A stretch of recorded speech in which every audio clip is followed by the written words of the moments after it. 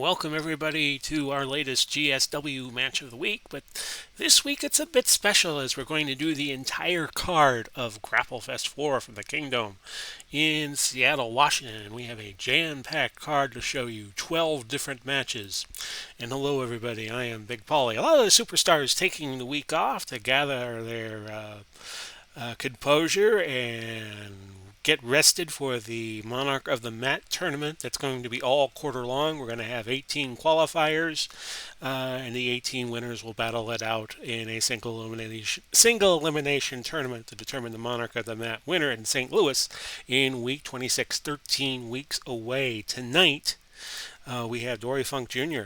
Going after Danny Hodge. Hodge trying to become the latest in grapplers who have won the World Junior Heavyweight title and then win the World Heavyweight Championship by trying to wrest the title tonight from the Funker. We have a 12-match card. Here it is. We're going to start off with Stu Hart against Dick Murdock. We got a grudge match. The first 4 matches will have a 30-minute time limit, except for the grudge match, which will have a 45-minute time limit.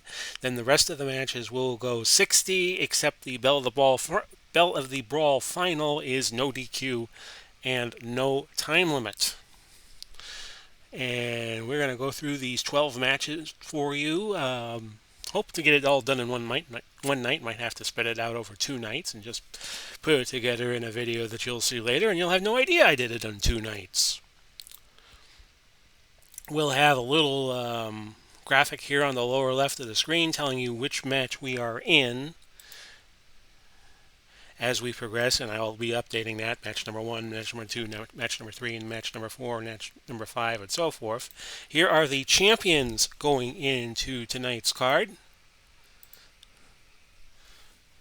We have 2 new champions in the Atlantic, which is the titles being defended in Europe. Kentaro Oki won the Atlantic Championship, and Andre and Hulk won the Atlantic Tag Team Championships. So they are the latest people to grapplers to win both a singles title and a tag team title in GSW. I have put the matches in the card sequencer that Wrestling's Finest has when we use Wrestling's Finest version 3. I don't usually do this because usually it's more me than the game and the system, because I'm afraid I'm going to mess up and put something in there wrong. But these are the very same matches that we are going to go through. I think it'll take about 2 hours to do. And we will summarize these matches, go through them, and should be a fun card here. So we'll start with our first bout. Stu Hart and Dickie Murdock. Murdock is the heel. Stu Hart in only his second GSW match. And this is a 1-fall, 30-minute time limit. Classic match. Computer will control both grapplers, and that's usually how I like to do it. Just let them control everything. And we are just about underway. And both guys use the ropes in their trade hold, so we negate both of those. Hart got a draw with Makan Singh in his only match. And so far in the first quarter of year 4, Murdock is 1-0-2. He got a win over Yuji Nagata, but drew with Pepper Gomez and the Macho Man Randy Savage in Calgary.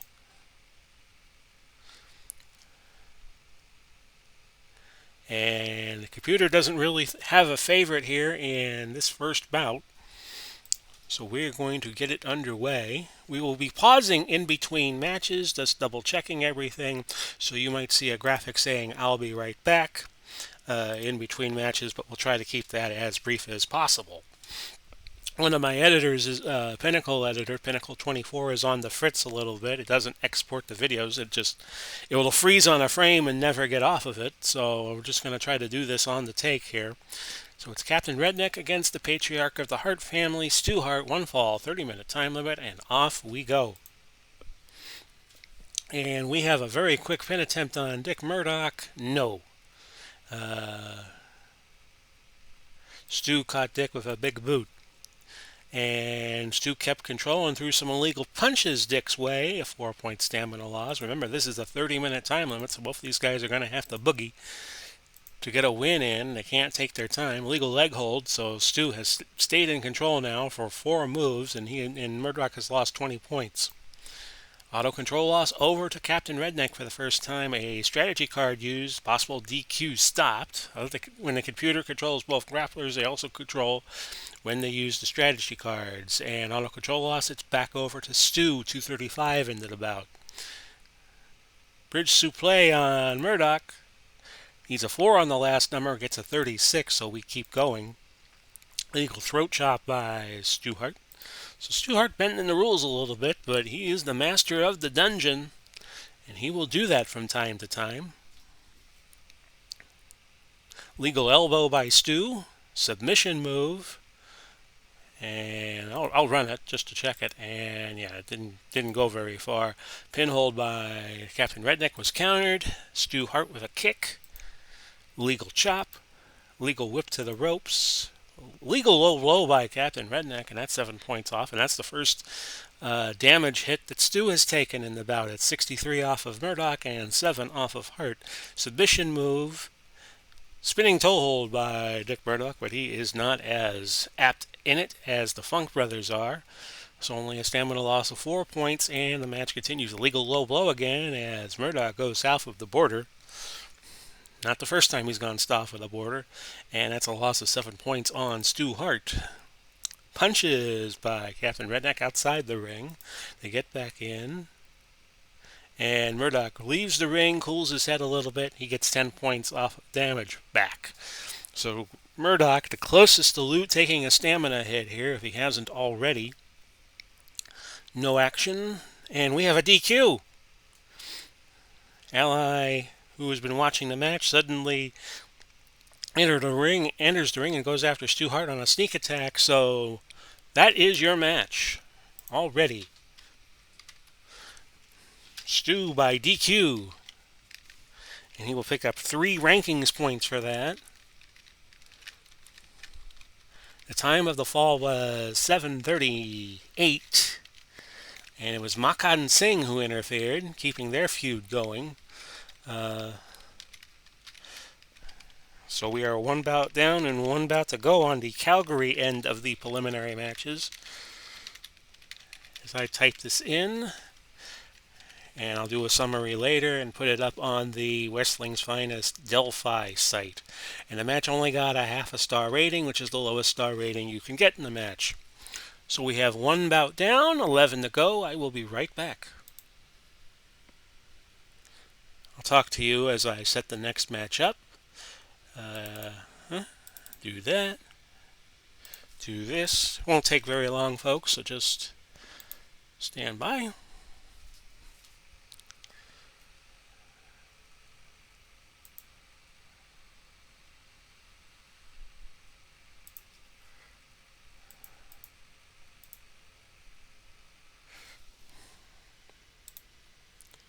And our next bout will be a grudge match. Buddy Colton, Randy Savage with Elizabeth in his corner. And we will run that match now. This will be 1 fall, 45 minutes in time. And this will be a grudge. And you can flip a coin to see who has the grudge. They both don't like each other because they have been around each other's matches in the last few loops into Calgary, Stampede Country. And off we go here. Buddy Cole has a ropes armhold trade-off. Buddy is 2-1-1 in his 4 matches. He lost a DQ bout to Dick the Bruiser, beat Ricky Morton, who will be later on the card in singles action against Dick Daviscourt, and he beat Randy by countout in an earlier meeting. Savage beat Mad Dog Rashawn, lost to Buddy Colt, and drew with Captain Redneck himself, Dick Murdock. So this is a grudge match, 1 fall, 45-minute time limit. We'll see who prevails here. Colt won by countout, but a lot of people thought it was a fluke win. And no sneak attack to start the bout. Auto control loss to Colt. Savage gains control. Legal whip to the ropes. High knee to the face. Savage had very underrated agility in his career. WWF WCW champion. Flying knee drop by Colt, which was countered. Strategy card used and the DQ was stopped. I think the referee will give these guys some leniency as they try to work out their problems. Colt with a neck hold, 5 points off. Savage has pretty good stamina, 69-4, and he lost 5 points. So it started out at 74-4, and Colt is 72-5. So stamina-wise, Savage should have the edge, but stamina is not everything. Illegal throat chop by Colt. Which is kind of out of Randy Savage's playbook when he was a heel in WWF, and he took a timekeeper's bell to Ricky the Dragon Steamboat. Kick by Colt, 5 points off. And Colt has thrown Savage out of the ring. A 10-point stamina hit there. 2:19 into the bout. This is bout number 2 of 12. And a check for a submission. And of course that's not going to happen. Bridge suplex on Savage. 10-point stamina hit. Pin attempt. And with a 2 out of 40 chance of getting the 3 count, that was not likely going to get it done. Double throat chop. Colt to Savage. And an auto control loss. Savage now has it inside cradle, but Colt will escape it. Legal chop by Colt. And a legal knee by Colt. So he's wearing Savage down a little bit. Legal chop to Savage on via Colt. So stamina loss about to happen for Savage. Legal elbow by the Macho Man. No pin. And now stamina hit for Savage as both wrestlers collide and go down. It looks like each wrestler may be cut, and yes, they are both cut. Kind of like in boxing when the heads come together, sometimes it can cause an injury to both, and that is exactly what has happened here. And Colt took the worst of it. He's a much more worse for wear than Savage is. Savage hears the shouts of encouragement, and he gets his stamina boosted by 5, but he still takes the stamina hit, and we're 5:51 into the bout. A kick by Savage again. Submission move, Boston Crab, and that does not work. Arm holds outside the ring for Savage. And, Savage just took another cut on the right side of his nose. And he's now up to 52 in cuts. So this should affect the future of the bout. And since we basically use 80s rules, since the game was developed in the 80s, you can have a match stoppage on a cut like you can in British wrestling and some other places. Legal chop by Savage. Specialty move, flying knee drop, countered by Savage. Legal neck hold. Specialty move, a flying elbow drop onto Colt, but no 3 count. Again, Savage getting a very favorable fan interaction with 55,000 strong at the Seattle Kingdom. He picks up another 5 points off of his damage. It's now 131 off of Colt, 68 off of Savage, 52 cuts for Colt and only 15 for Savage. So both guys are juicing. And we've pretty much hit a stalemate at nearly the 10-minute mark. Illegal choking by Colt. And that's going to knock stamina down 6 points for Savage. Savage is... he's now been busted open a little bit more. He loses 23 on cuts and a 20-point stamina hit. Colt nearly at his first stamina level loss, I do believe. Face rake by Colt. Auto control loss. Both these guys turning in the crimson masks. Flying elbow. And we have outside interference as Dick Murdock has interfered in this match. And that is a shame because we were hoping we would get a good finish. We do not. And Savage wins by DQ at 11 minutes and 28 seconds. And that will be a 2-point stamina, a rankings boost for Savage and a 2-point loss for Colt in the standings. 11-28. And Dick Murdock interferes. So we're about to go into the Portland preliminary matches.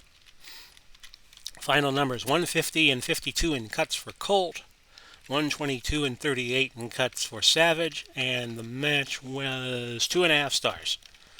So it was a fair to middling match, I guess you could say.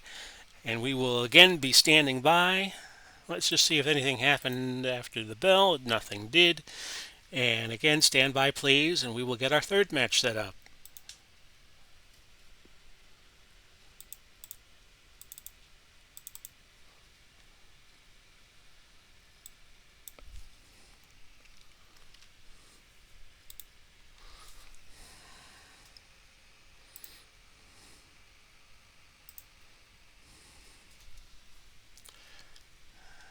Yeah, that didn't take long. Here's your third match. We have the up-and-coming grappler from Portland, Dutch Savage, taking on, another Savage, taking on Toshiaki Kawada, who in Portland is a heel, despite the fact that he and Misawa just won the Pacific titles, tag titles, as a babyface team. So, that's kind of 80s for you before the advent of cable TV. So we will get this match set up, one fall, 30-minute time limit. We have 8 title matches to get to still. And this is match number 3, as you see in the graphic on the lower right. And on this, we're trading off all moves because there are other moves than just ropes moves that have to be countered. So see one, see all is the way I look at that. So everybody will get their counters. And let's ring the bell and get this third match underway. Dutch Savage, a legend in the Pacific Northwest, taking on Toshiaki Kawada. It's Savage's toughest bout to date. Both these guys about even in stamina, and this will be a one fall 30-minute time limit match. Legal power move by Dutch on Kawada onto Savage, a pin attempt. No. Doubt he follows this blog, but my best wishes to Ted Webb, local Tampa radio personality and television personality. Has been all over TV the last 40 some odd years here in the Tampa Bay area. I know he's fighting a tough battle. He has dialysis that he is going off of, and he also was a wrestling manager here in the local Tampa indie scene. So best wishes to him. I've had a chance to interact with Webb on many occasions over the years. I once called a sports show that he did with Hank Stram. So I'm hoping the best for him. Back to the match, Kawada has used punches, and Dutch Savage has countered with a headlock.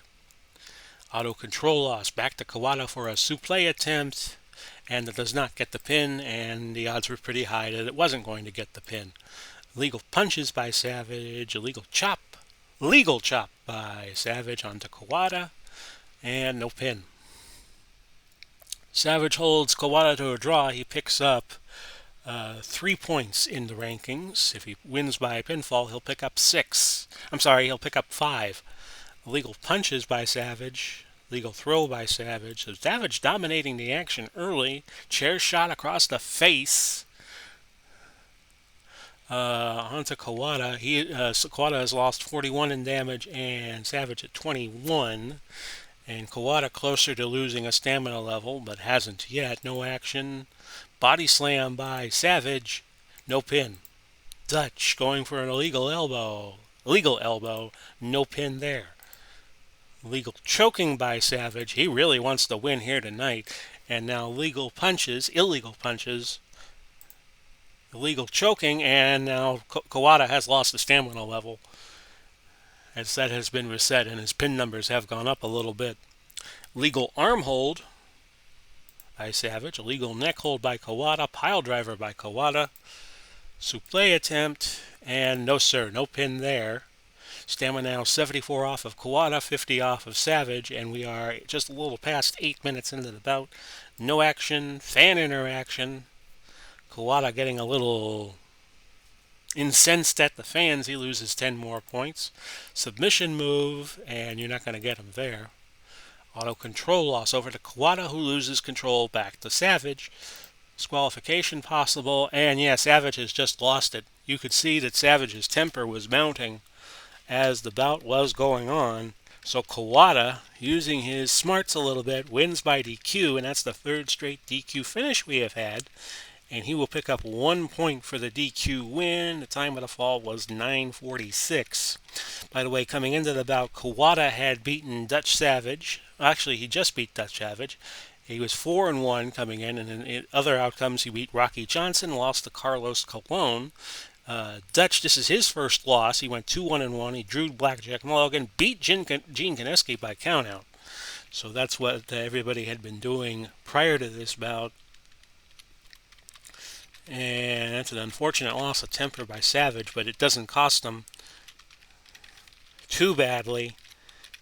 And the final number is 84-56 in terms of damage. 84 off of Kawada, 56 off of Savage. And Dutch Savage, his match with Kawada, didn't work out well at all in terms of booking. It goes as 1 star. So again, we will take a very brief break, and we will get to our 4th match, and it will be a good one, so stay tuned.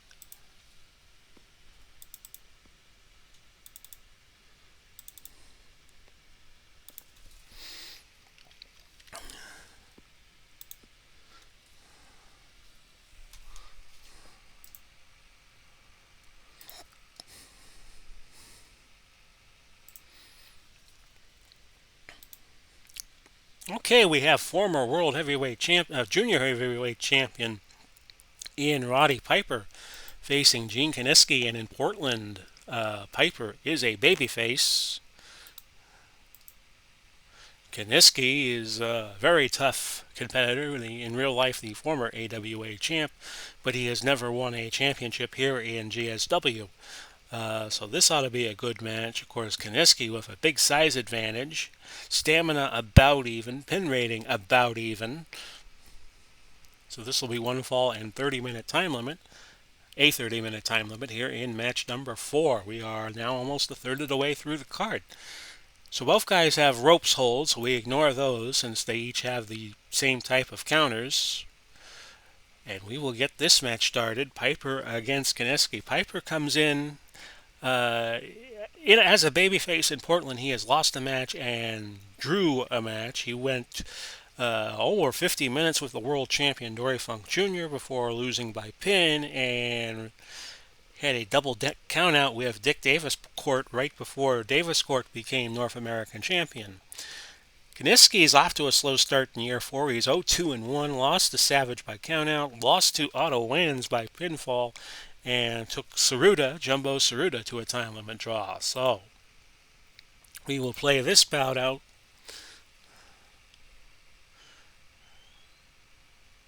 And let's see what happens. 1 fall, 30 minutes. And a cut very early for Piper. He gets a 23-point cut. Took a chair shot right across the face. That's a nice little how do you do to start the match. Kaneski, submission hold. Piper slipping away from the opponent's move attempt. Eye gouge by Piper. Piper not afraid to bend the rules himself, as we have often seen in GSW. One of the things that made him world junior heavyweight champion for a bit in year 3. So Piper under the gun early. Disqualify check. No DQ. No action. Auto control loss. No action. Auto control loss. No action. No action. Body slam by Kaneski. Phew, thought we were going to go a whole match that way. And that's 9 more points off of Piper. So Kaneski off to a very good start. Almost has Piper down a stamina level. Leg drop by Kaneski. Legal knee. And that does not score the pin. We have yet to have a pin scored in any of our first 3 matches here at Grapplefest 4. Suplex attempt by Piper. You're not going to get the big man up that early. Outside the ring action, Kaneski pummeling away at Piper, and that's 6 points more lost. And quick body slam, and Piper about to lose a stamina level. No action by Piper. Submission move, Indian Deathlock, and now Piper has lost a stamina level. Not looking good for him already, losing a stamina level not even 6 minutes into the bout. Illegal choking by Kaneski. That was countered. Illegal punches by Piper. Supplé attempt, and this time he does get him up, and it's an 11-point hit. Fan interaction, so Piper getting 10 points of his damage back. Legal punches by Piper. Supplé attempt by Piper. Specialty move, pile driver, and it was countered. So 8:23 into the bout. And right now it's Kaneski that's closest to losing a stamina level. Pinhold by Piper, not there. Auto control loss again, a fourth. No action. Arm holds by Piper outside the ring. So this bout could be headed to a draw with all the inactivity we have seen. Legal arm hold by Piper.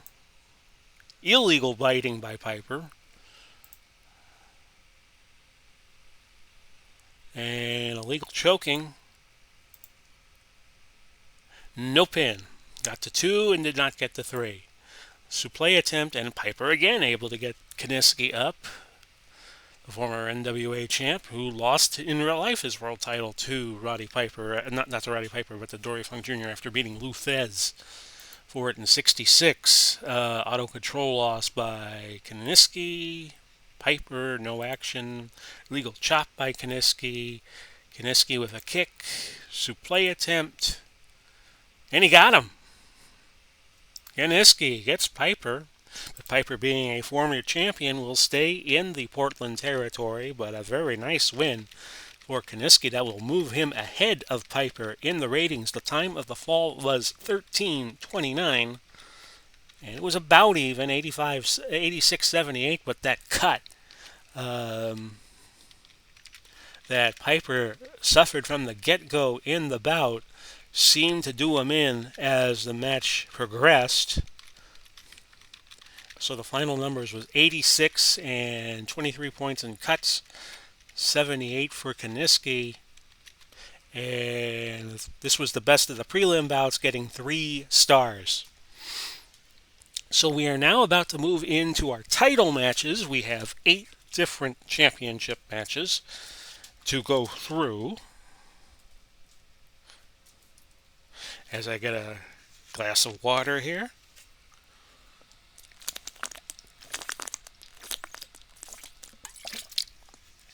And we got those first 4 matches in 27 minutes, so that's not too bad. We will now move on to our first title match, which is going to be for the North American Tag Titles, and it's going to feature the Hart Foundation, the LB Babyfaces against the Hells Angels, and we will get to that match right after you look at this.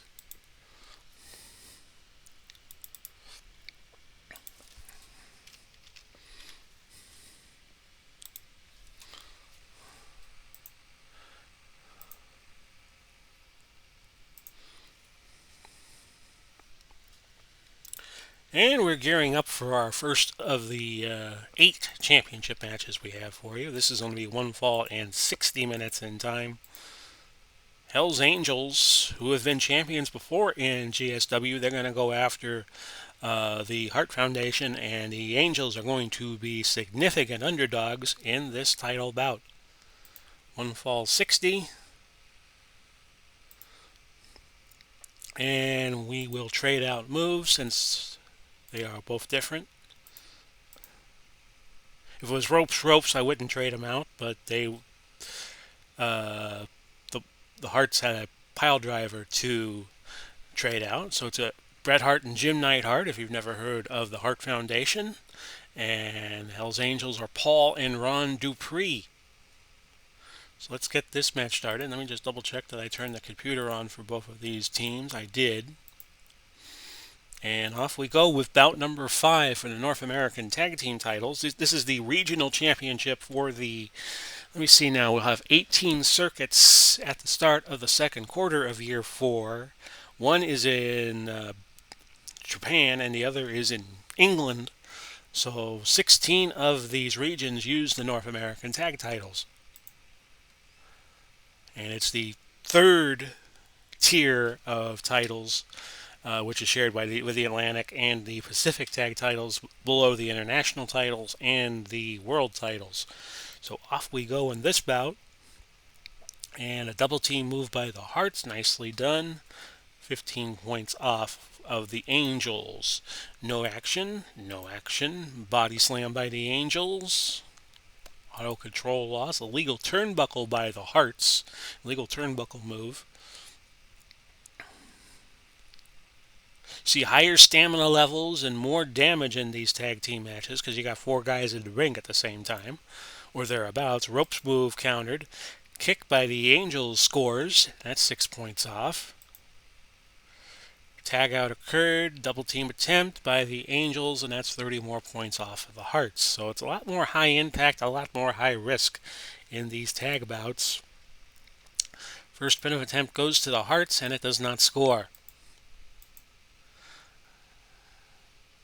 Outside the ring action as this goes outside the ring and then goes right back in the ring. Another double team attempt. And the Hells Angels wearing the Hearts down a little bit. So could we be seeing an upset in the making? Another 30-point loss in terms of double team. Legal arm hold by the Angels. Another double team attempt that was countered. And this time it's the Hearts that do the double teaming. 15 points off of the Hells Angels tally. Tag out occurred, and the Hells Angels go back to their double teaming, risking the DQ. And let's look at the stats for each team so far in not 2020, but year 4. The Hearts are 2-1-2, and they just most recently drew in San Juan with Mr. Uganda and Pak Song. And before that, they lost by DQ to Jimmy Golden and Robert Fuller. They beat the Hells Angels beat the Crusaders for the belts, but the Road Warriors just recently beat them by pin. Actually, it wasn't for the belts. The Hells Angels are the challengers. There was a title defense with the Road Warriors, and the Road Warriors successfully defended the title there. Another double team move by the Angels, and they're just killing the Hearts on the double teams here. They have lost the stamina level. The Hearts have, the champs.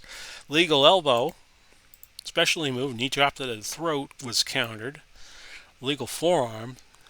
So the Hearts taking a lot of damage, and we have 54 minutes left to go in this title match. Illegal choking by the Hearts as they work the 5 count. Double team attempt by the Hearts. Body slam countered by the Angels. Legal eye gouge by the Angels, which scores. Action outside the ring, and they go postal with the Hearts. Another 15-point hit in the damage title, not the damage section. Fan interaction, and the Angels are getting robustly booed here in Seattle. Another 5-point hit, auto control loss. Angels think they have the Hart Foundation off guard and attempt to move in but lose control. Heart attack by the Hearts, but it was countered. So the Angels doing well early going here. The first 8 minutes or so, they have a big lead in terms of stamina. And the Angels use punches outside the ring. A power move by the Hearts. Choke slam. Another body slam, another 10 points lost. So the Hells Angels about to lose stamina, and they do with the double team move. And it was a good one for the Hearts as they lose 35 points.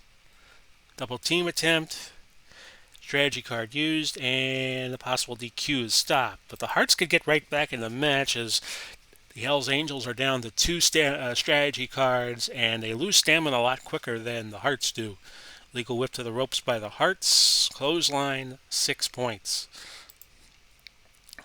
Legal punches, and the Hearts land a big punch to the jaw of one of the Hells Angels.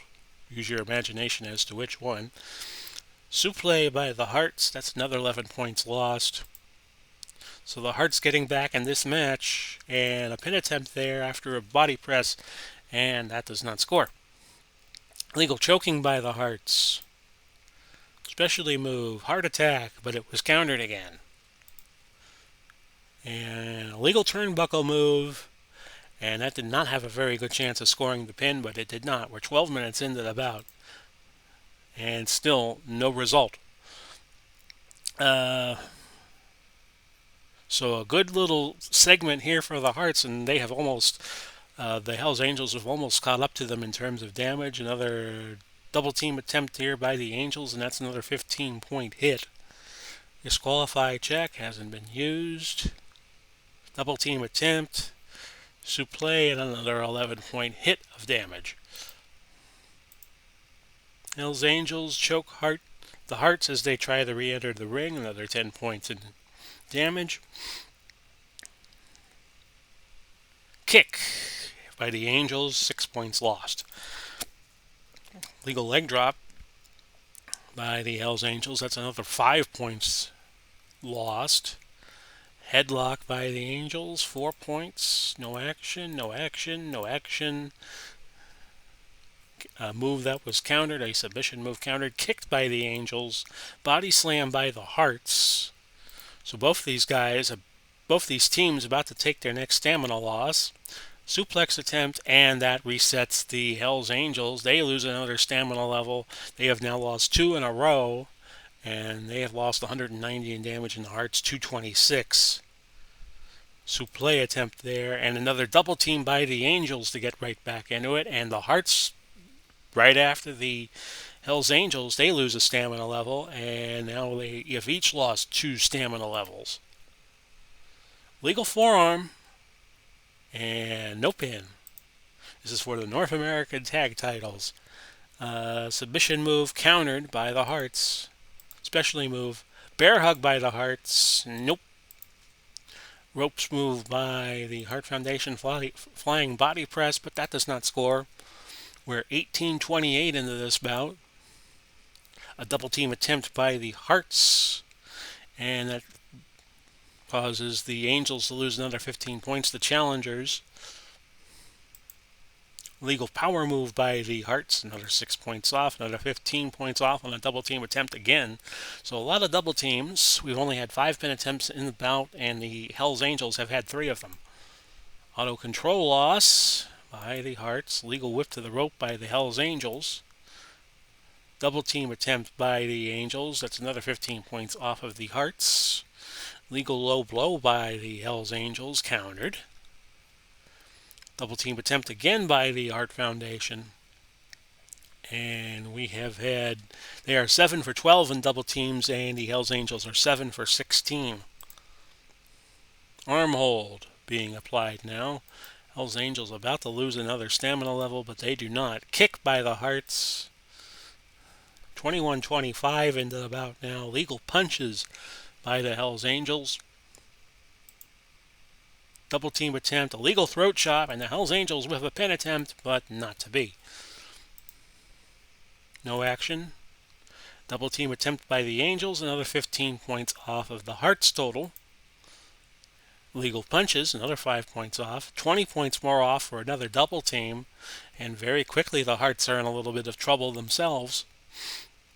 Successful tag occurred, tag out. Auto control loss, auto control loss, auto control loss. Slam and a knee drop by the Hells Angels, and this might be it, but it is not it. As we go on, that was the 5th pin attempt by the Hells Angels, which does not score. Double team attempt, another 15 points off. Legal elbow by the Hells Angels. And that nearly got the pin, but did not. Last number was 9. He needed a 2 or less. Next move might drop whoever is on the receiving end of it a stamina level. Disqualify check. This has been a good match. This will probably get 3 stars or more. Legal face rake by the Hells Angels, and it's the Hearts that lose the stamina level for the 3rd time, and the Hells Angels will probably not be too far behind. Specialty move, knee drop to the throat by the Hells Angels. That's another 11 points off. Can they come away with the titles here? Legal choking. And let's see here. Suplex attempt onto the Hells Angels. No score. Tag out occurred. Another double team move. And it was a big one. 35 points. And now the Hells Angels have lost the stamina level. They're at 40-46. And Hart Foundation not too far behind at 39-38-2. What a match this has been. Like I was just saying. Submission, that's not going to get it done. Flying shoulder block. Oh, almost got the 3 count, but the Angels find the ropes. Resilient team this Dupree duo is. Legal turnbuckle there by the Angels. Legal low blow by the Angels. We're 31 minutes into the 60-minute time limit. Another double team attempt, and both sides losing 30 points. So the Hells Angels about to lose another stamina level. Legal throat chop. And let's see here. Body slam, and like I said, for the 4th time, the Hells Angels now very, very close to the brink. Losing a stamina level, and their pin rating is now 40, 40, and 16. Looks like the Hart Foundation finally has them where they want them. Double team attempt, double backdrop, 20 more points off. Successful tag out occurred, but it was countered. And Hells Angels tag out, double team attempt, armbar, and that's 15 more points off. Pin attempt on the Hells Angels, they get it. It was a belly-to-belly suplex. It was Neidhart doing that to, looked like, let me see here, Paul Dupree. It was Neidhart to Dupree, a suplex, belly-to-belly. And at 33:55, it's the Harts with not a very easy defense of the title, but they do retain the title. And it's worth 4 points to them in the rankings. And as I said, the match went 33:55 as I typed this in. And it was Neidhart going over Paul Dupree with a belly-to-belly suplex. And let's look at the final stamina losses. 460 to 435. No blood. But the match will... I haven't looked yet. I have to think it had to be at least 3. It was 4 stars. It was 4 stars. A very good match between these two. And the Harts will keep their titles and move on. And not too far away for them is the Oakerland Cup Tournament, and that will be the 3rd quarter of year 4.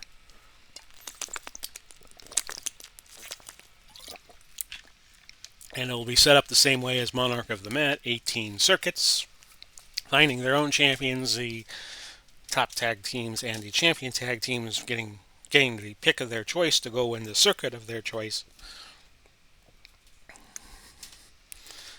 As I open up a Coke here, that took a little energy to do. So we're going to head on to match number 6, which is going to be Dick Daviscourt against Ricky Morton. Morton's one of the top baby faces in the Calgary region. So that's why he's gotten the shot here. And we will be right back with that after this.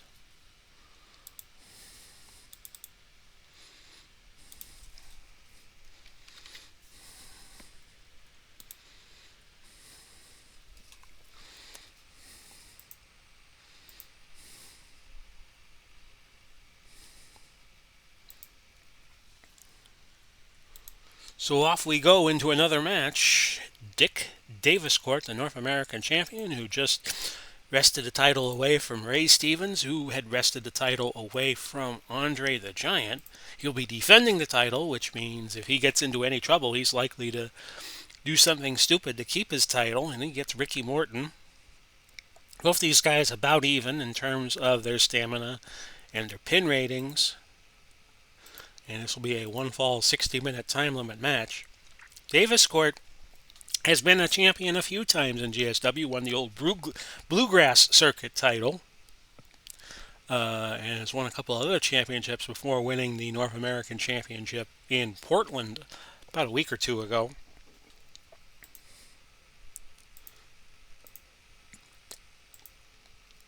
And it's ropes power move, so we ignore that. Davis Court won 2-1 in his last 4 bouts, but the most important win was the pinfall win against Stevens. He lost to Mil Mascaras by countout, so Mascaras will have to hope to get another shot at him. Ricky Morton 1-1 in his last 2 bouts, lost to Buddy Colt, but he also has a countout win over Magdad Vachon in the Calgary region. So let's start this bout up, and we'll be halfway home. One fall, 60-minute time limit.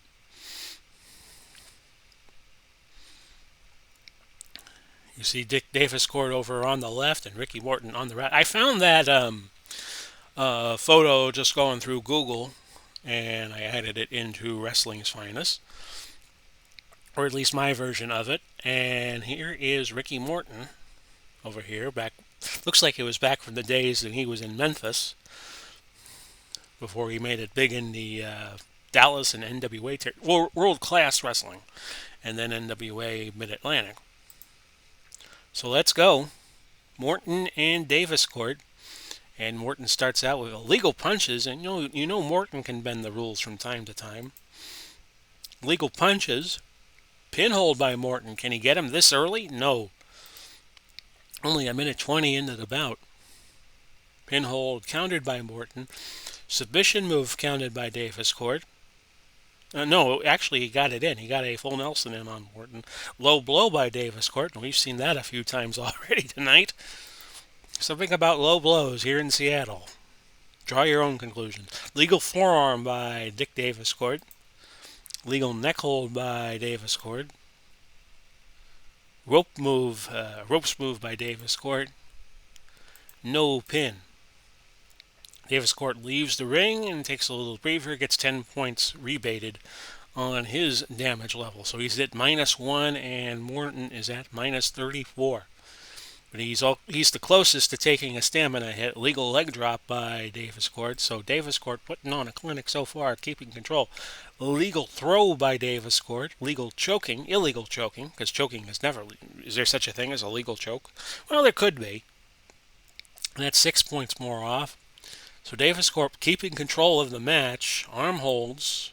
More arm holds. Another set of arm holds. No action. Back to Ricky Morton. Morton's going to use his agility here.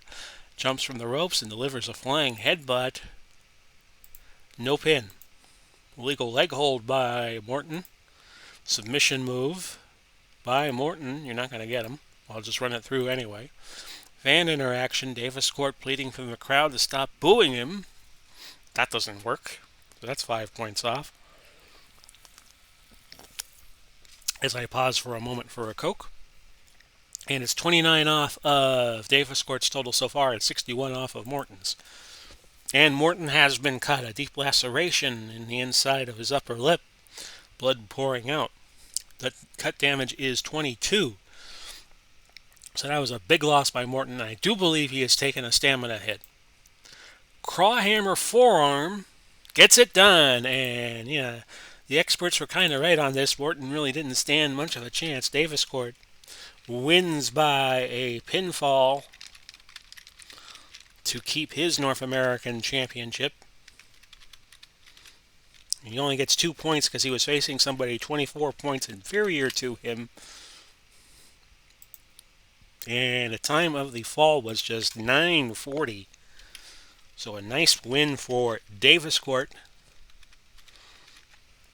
And it was 29 off of Davis Court's damage. And it was 114 and 22 in cuts for Morton.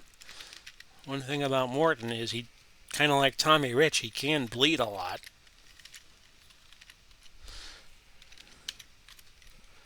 And that match got 3 stars, despite the fact it only went 9 minutes. So we're halfway home, kiddies. We'll get you to match number 7, but first, this break.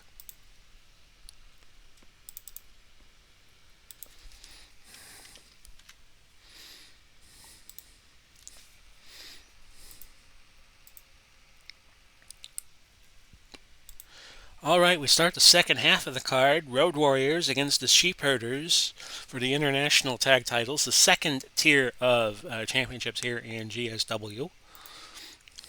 Road Warriors managed by Paul Ellering, who also has a bit of a side hustle running the Atlanta circuit these days. But he will be at ringside for the champs.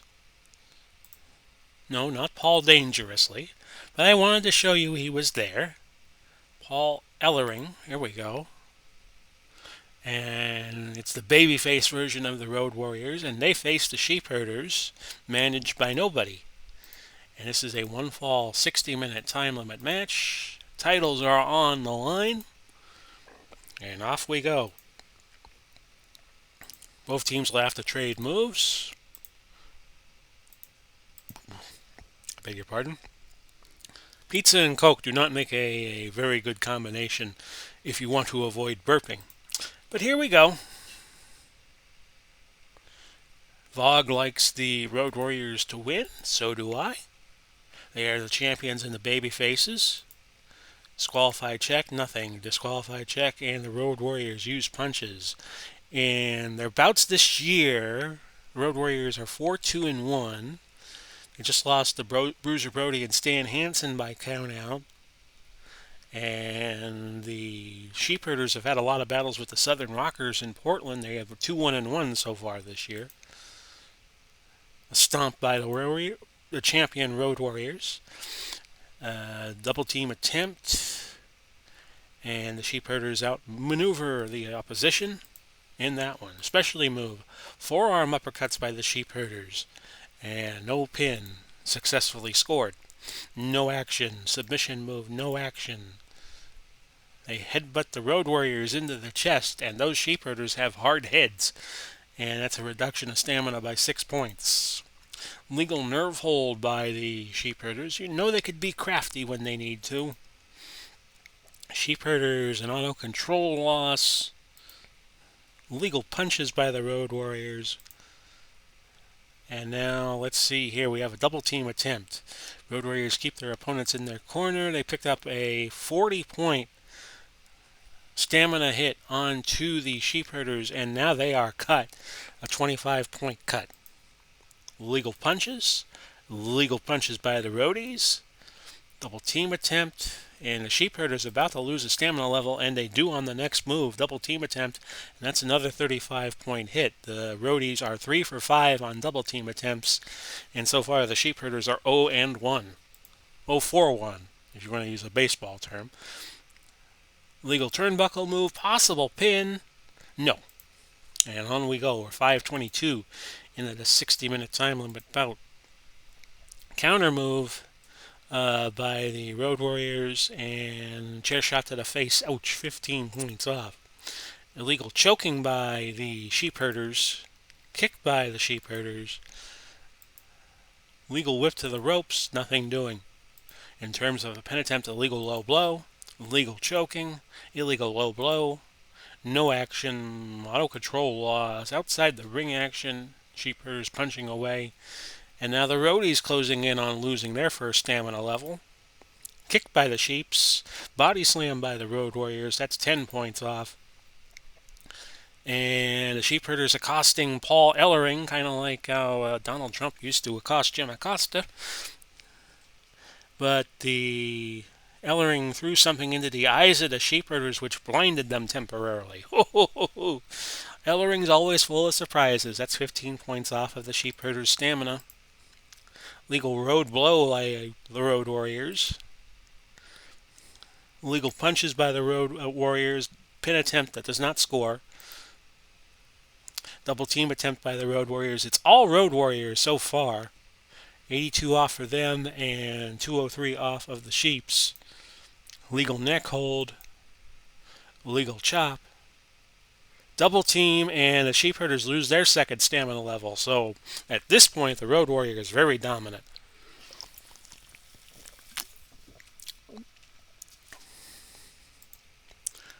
Double team attempt, another big hit for the Sheeps, 35 points. Auto control loss. Legal arm hold by the Sheeps.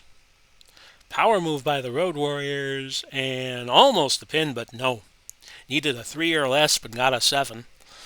That was a running body block. Again, the double team, very successful right now for the Road Warriors. They're 7 for 10 with it.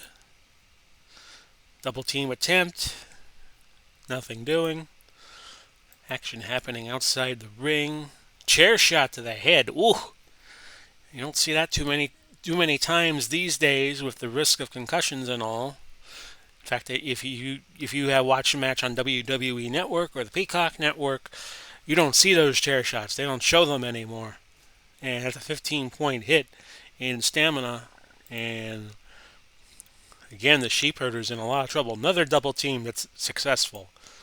No action. Ropes move. Countered this time by the Sheeps.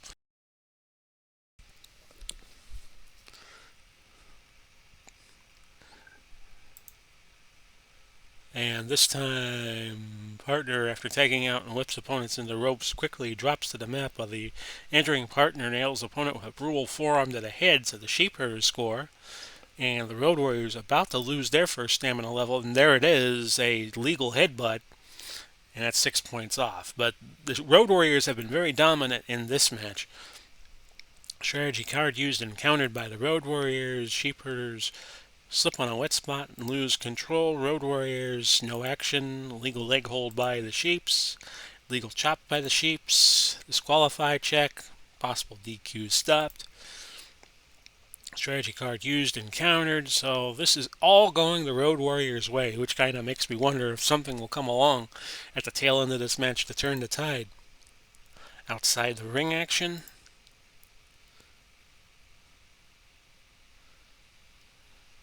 And the Sheep score again with a double team, 15 points.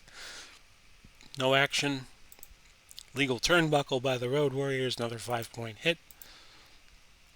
Fan interaction that boosts up the Road Warriors 5 points and 10 points more off for a body slam.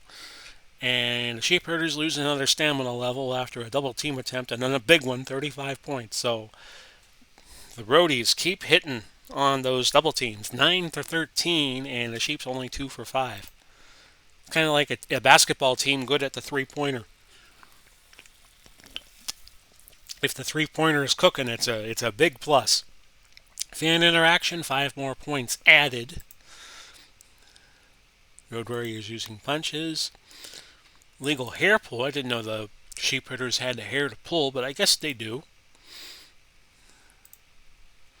And let's see what happened. Ally, who just recently came to ringside, attacked the Road Warriors after the Sheepherders threw him out the ring. Referee sees this and DQs the Sheepherders for outside interference. So it looks to me like the Blonde Bombers, they didn't have enough to worry about tonight, of Ray Stevens and Pat Patterson, interfered in this bout. But that was just as well, because this looked like it was going to go the Roadies' way anyway. They retain by countout, and we will pick up 1 point in the rankings. Time of the bout was 18:54.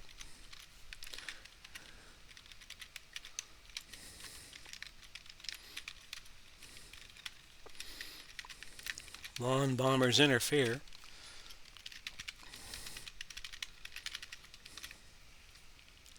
And it was 125 off of the Road Warriors.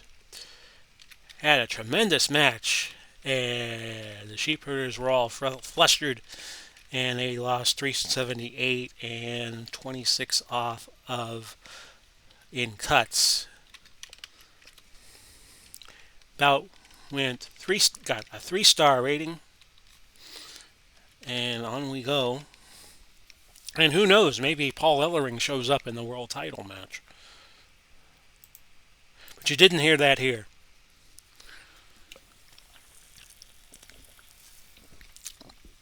So that's 7 matches in the books, and we haven't even completed an hour here on Grapplefest 4. We will get to match number 8 in just a moment. I have to change the marker here. From match 7 to match 8, which we will do now.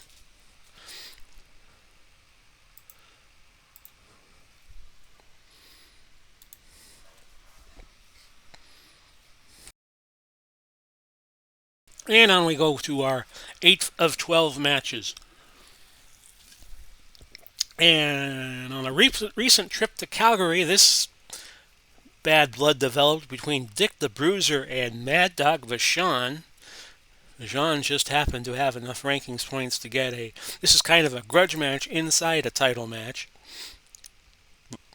Dick the Bruiser has been international champ a bit now. And Mad Dog got in his face as Bruiser recently made a stop in the Calgary. So these two men are gonna hook up. And Katie bar the door. This will probably be a Pier 6 brawl between these two.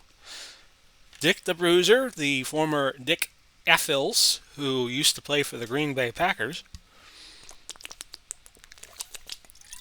And believe it or not, Mad Dog Vachon was once an Olympic wrestler back in 1948. And I think I've mentioned in previous episodes a bit he did with the Crusher on an AWA show in the early 70s that was on television, and Mad Dog, let's say, had an incident where he was bleeding quite badly. It looked like he had an artery cut as Crusher had inadvertently kicked him when Vachon was blading himself. Let's just be real about this here. And it caused a real bad artery cut. And if you ever see that on YouTube, if you're squeamish, I wouldn't watch it. I'll just put it to you that way, because the only guy I've ever seen that got a worse cut than that was Bill Alfonso when he had a match with Beulah. He cut himself, and he really wasn't familiar with blading, and he cut himself very bad, where he was just bleeding buckets out until the match was stopped.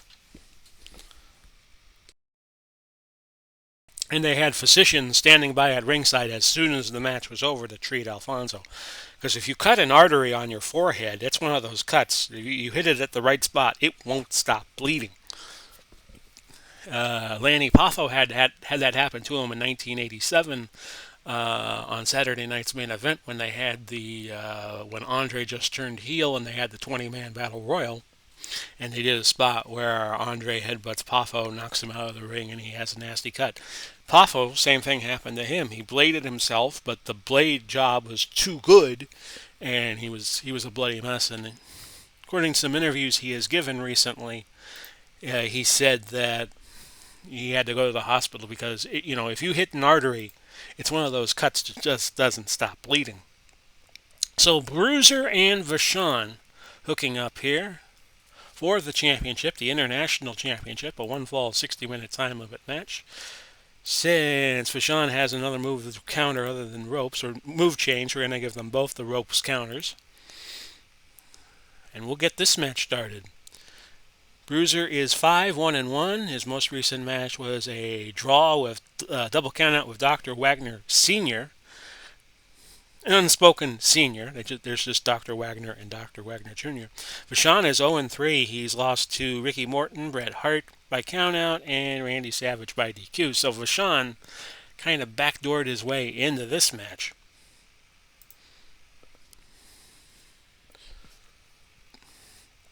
Dick the Bruiser should retain his title. Okay, good to know.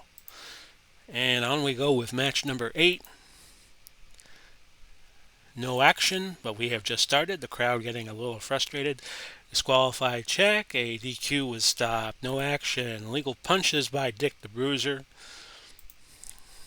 I think they're looking at each other and saying, hey, you guys want to work? No action. Auto control loss. No action. Legal choking by Bruiser. So this match plodding along. More illegal choking in the first 3 minutes. Very slow start to the bout. Disqualified check.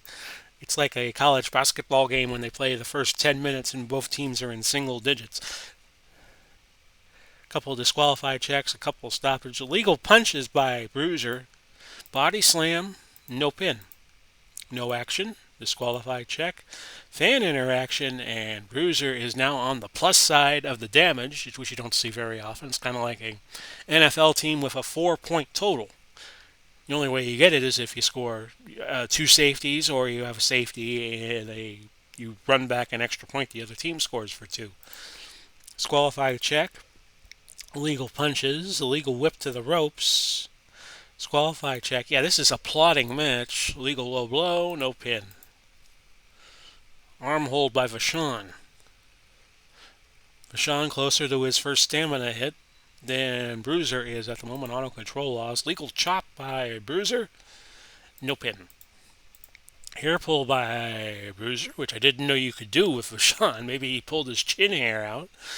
Legal chop by Vachon. Cut to the corner of the left eye for Bruiser. That's 17 points in cuts and a 15-point stamina hit. So in one fell swoop, Vachon now with the damage lead. Kick by Vachon. Legal choking by Vachon countered. And here comes Bruiser with a body slam. No pin. No action. Auto control loss. Vachon to Bruiser. Bruiser with the pin hold. Countered back to Vachon. Illegal punches by Vachon. We've had 4 pin attempts in the match, and Bruiser has had 3 of them. Illegal punches by Vachon. Legal whip to the ropes by Dick the Bruiser. Face rake by the Bruiser. That was illegal. Auto control loss over to Vachon with a body slam. Both these guys will take stamina hits on the next moves that they suffer. And it's Vachon getting there first as Bruiser with a legal knee. No pin. And I will pause for a moment. There, I didn't want you to hear me burp. Legal punches by Vachon. Specialty move pile driver by Vachon. So both men have now dropped the stamina level. We're 14:31 into the 60-minute time limit. We have the Bell of the Brawl final coming up next. Illegal turnbuckle by Bruiser. Submission move. Legal whip to the ropes. Still about dead even in damage losses. Kick by Bruiser. Disqualify check and Bruiser using punches instead. A kick by the Bruiser. Legal punches by Vachon. No pin. Legal eye gouge by Vachon. Disqualification possible. Disqualify check. You know, if these two guys in the ring, you know a DQ could be in the offing. No action. Turnbuckle by Bruiser. Legal turnbuckle move. Legal choking by the Bruiser. Legal throat chop by the Bruiser. So the Bruiser catching his second win here, it appears. Vachon close to taking another stamina hit. Legal headbutt. Almost scored the pin. He needed a 3 or less. He got a 4. Legal choking by the Bruiser. Kicked by the Bruiser. No action. Legal arm hold by Dick the Bruiser. Auto control loss. Back to Vachon, and Vachon has now been cut.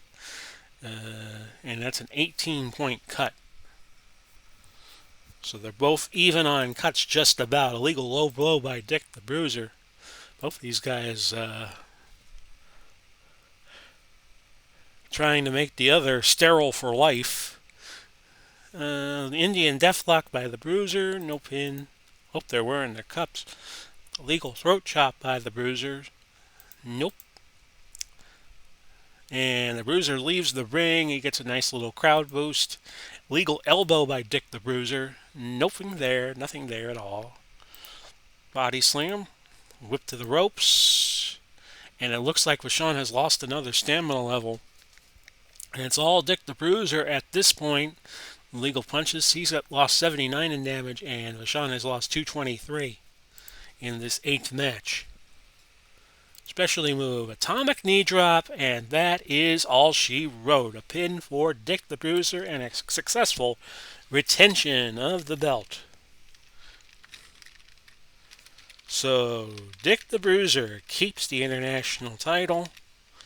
He retains by pin. He will get 1 point for that, and the match went 25-50.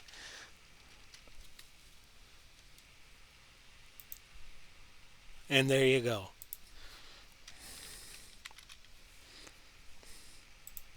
Got 3.5 stars. And the atomic knee drop does Mad Dog in. Of course, Mad Dog was in his prime an AWA champion of some note, but he didn't look good against Dick the Bruiser here in Seattle. 238-18 was the totals on Rashawn. 79-17 was the totals on Bruiser. 3.5 stars, so a good bout, although I did think it was a bit plodding at times. And we will go to our Bell of the Brawl final. It's going to be Chikusa Nagoyo against Mildred Burke. So stand by for that. And I will put that in. We started out with 37 combatants in the annual Bell of the Brawl tournament. This was the third tournament. Mae Young won the first tournament. Fabulous Moolah. We had 33 in our tournament last year, and Moolah was unlucky to get to have to play in a first round match, and she got Wendy Richter in a first round match and won that match and 5 more. And she held the women's title at the time and made 6 successful defenses and kept the women's championship. For these two, Moolah and Mae Young each lost in earlier rounds. Fabulous Moolah was upset by China in a first round match, which kind of opened up the bracket a bit for Mildred Burke. And Chikusa Nagoyo had to face her tag team partner of the Crush Girls, Lioness Asuka, which also happened in real life. As we go back to our setup screen here for our cards. And Nagoyo had to beat a lot of baby faces, but she was very, very superior in technical skill. So this is going to be Nagoyo facing Mildred Burke for not only the Bell of the Brawl Championship, but the Women's Championship. If Nagoyo should win by pinfall, the title changes hands. And Nagoyo will be the Women's Champion and the third Bell of the Brawl winner. And you see them there. They are both baby faces, but despite that, we need to find a winner, so this will be no DQ. And Burke comes in the world champion. And in GSW, in tournaments, the titles are in play for the most part, with a few exceptions. So here we go, match number 9. We have 3 matches to go, and they're all big ones. We'll have our World Tag Title match coming up. Look at the trade maneuvers, so we're going to trade both of these moves out because they are not both ropes moves. And here we go, Bell of the Brawl final. Burke is 7-0-1 coming into this match. He beat Trish Stratus, Dump Matsumoto, Penny Banner, and Bull Nakano to reach the final. The last 4 wins for Nagoyo were Mae Weston, Millie Safford, Lioness Asuka, and Debbie Malenko. So she had to beat 3 baby faces to advance, whereas Burke had to go through 2 baby faces in her last 4 matches. So off we go, no time limit and no DQ. Kick by Nagoyo, countered by Burke. Burke comes back with a legal forearm, scores 5 points. Both these women have great stamina. Nagoyo is 47. Actually, she started out at 52-4, and Burke is at 74, and she probably has the best stamina in terms of the women's game. Legal throat chop by Mildred Burke. Submission move. That's not going to get it done. We'll run it through anyway. No action. Legal leg hold by Mildred Burke. Legal arm hold by Mildred Burke. Legal leg hold by Mildred Burke. Legal neck hold by Mildred Burke. So that's already 36 points off Nagoya's total, and she is now closing in on taking a stamina hit. Specialty move, running power bomb by Nagoyo. Ouch! And that's the first damage hit to Burke, and that's 15 points. Suplex attempt by Burke, and she did not get the pin there. She got to a 2 count, but not the 3. Arm hold by Burke. Kick by Burke. Burke has been a long-standing now champion she's won the World Women's Championship 4 times. She just beat, not too long ago, Oh, Betty Nikolai for the title right before this tournament began. Nagoyo in control of a legal leg drop. Counter move. Burke pile drives Nagoyo onto a steel chair on the arena. These two ladies not messing around. Nagoyo has lost one stamina hit, very close to taking another. And let's see. Yeah, Burke's just taken her to the woodshed. And Nagoyo is now cut. Kind of like Britt Baker in her recent match with Thunder Rosa that you saw on AEW last week. Oh, what a match that was. One of the best women's matches I've ever seen in recent years. Apologies to the WWE divas, but that was a first-class match. And Nagoyo, very bad cut. 25 points off of her cut total.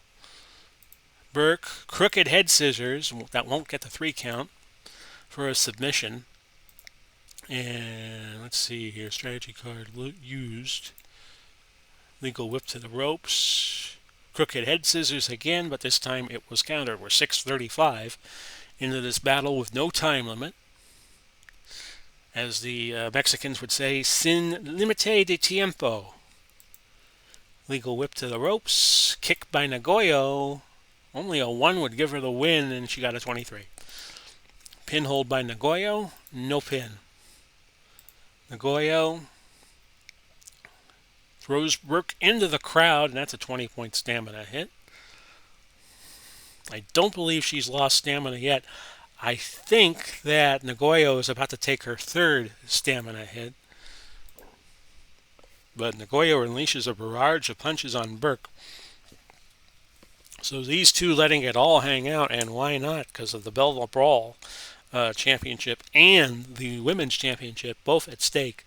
15 points. And Burke taking a lot of punishment now. Big punches by Nagoyo. 20 more points off. And Burke has lost the stamina level. Arm holds Nagoyo. No action over to Burke. Illegal speed move. And Nagoyo has taken a lot of punishment in this match. 158 to 9. She's lost her 3rd stamina level. And Burke has only lost 1.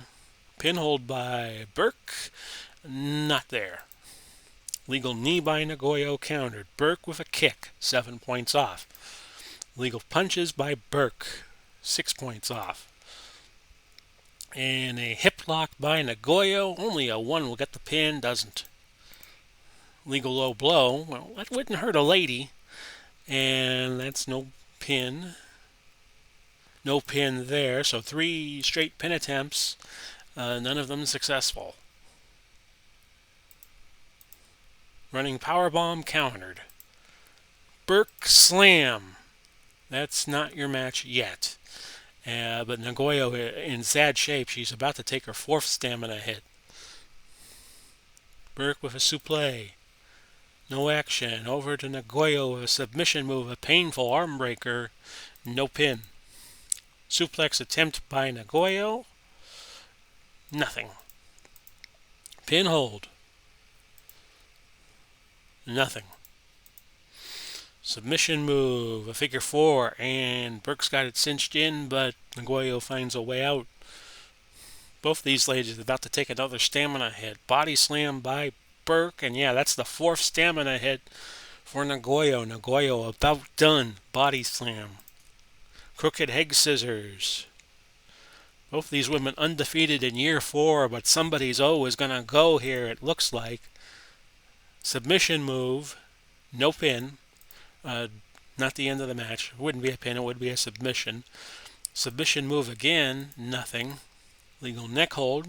Burke cranking on that neck of Nagoyo's. Kick by Burke. Fan interaction. Nagoyo getting some fan reaction because they want to see a title change here. We have yet to have a title change on the card yet. And this is the 5th title match on the card. We'll have 3 more to go after this. 5 points up for Nagoyo. Kick by Nagoyo countered. Elbow by Burke. 5 points off. So there goes that fan interaction. Illegal low blow. Legal choking by Nagoyo. And Burke grabs the ringside bell and blasts Nagoya with it, and that's another stamina hit. That's, I believe, is their fifth, and that is 30 points off for Nagoya. Biting by Burke. Like I said, these two are going to let it all hang out, and they collide and go down, and they're both cut. Nagoya now badly cut. Burke now just getting cut. And we're 18:56 into this bout. Burke with a huge lead, but that doesn't mean anything, and it could all end in 3 seconds. Legal headbutt by Nagoya, supplé by Nagoya, which is countered. Kick by Burke, legal arm hold by Burke. Kick by Burke to Nagoya. No, that is not the match, although it had a 40% chance of being the match. Another ringside belt blast by Burke, 20 more points off. And let's see, at 49, that's another stamina hit for Nagoya. How long can she go? Into the ring post face first. Yeah, and I think that's even another hit for Nagoya in terms of stamina. Legal whip to the ropes by Nagoya. I think Burke has taken a few more stamina hits, at least one more. She's at 166. Yeah, she's taken 2 stamina hits now. Neck hold by Nagoya, counter. Legal whip to the ropes by Burke, scores, and that's 6 points off. The ringside bell again, and this time it is good night for Nagoya. Burke, turnabout fair play because Nagoya used some dirty tactics to defeat Lioness Asuka in an earlier round, a quarterfinal round. And Burke just blasted Nagoya with the bell. I think Nagoya was still out, and attendants are coming to her aid. Oh, what a shot that was. And Burke retains her championship and wins Bell of the Brawl 3 at a time of 22:39. And this was a 4.5 star bout and deserves every star it got. Burke retains by a pin and wins Bell of the Brawl.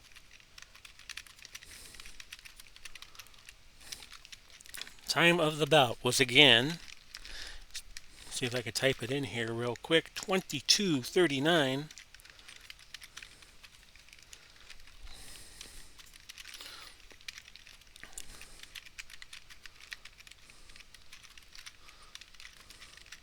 A dirty match, but sometimes these happen. These things happen, especially with the prestige of the Bell of the Brawl Championship to go on top of the ladies' title. 391 and 50 off of Nagoya. Both women. Ooh, they'll have to get patched up before they move on to their next matches here in GSW. This was 4.5 stars and deserved it. So Burke, your Bell of the Brawl winner, and we will get set up for match number 10. We have 3 more to go right after this, so stay tuned, please. We'll be back in about a minute.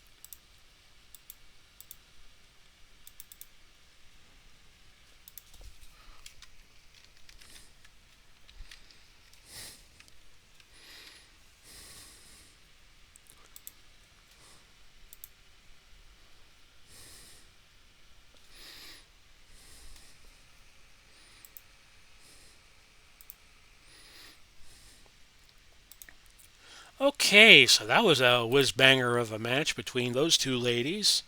And now we try to decide who the best is in terms of the tag teams. Jay Youngblood and Ricky Steamboat have been champs in GSW several times. Peter Patterson and Stevenson, who were called the Blonde Bombers, they have been World Tag Team Champions at least one time that I could think of. And this is going to be an even bout. And we have Paul Ellering coming to the ring to assist Youngblood and Steamboat for the night, which is an unexpected surprise. And this will be one fall, a 60-minute time limit bout. The World Tag Titles at stake. Patterson and Stevens, what they call the tag team of the 60s and early 70s, against Youngblood and Steamboat, who had a good run in the early 80s, especially in Mid-Atlantic. And there are no trade of holds. And as I said, Paul Ellering wants to be in Youngbloods and Steamboat's corner to try to avenge the Blonde Bombers interfering in their match. So off we go with this, match number 10 of 12 here at the Kingdom in Seattle. And this should be an even bout. Legal whip to the ropes. No pin, and that's Youngblood and Steamboat who scored the first pin attempt. And again, Patterson and Stevens evade another pin attempt early. This is the 11th bout already this year for Youngblood and Steamboat. Their most recent win was over the Nightmares in Calgary, and this is only the third bout for the Blonde Bombers. They recently went to a draw with the Road Warriors in terms of a double DQ, and earlier they beat the Renegade Warriors, the younger brothers of Jay Steamboat, Mark and Chris Youngblood. No action, legal whip to the ropes, successful tag out occurred, and double teaming is going to cost the champs 35 damage points, and some more double team points pile up, 15 more points off. Specialty move, bombs away, but it's too early for that, and Youngblood and Steamboat were ready. Body slam by the champs. No pin. And we have cut. We have a cut. And they have a cut on the eye. I do believe this is on Stevens, it looks like. And that's 21 points off on cuts.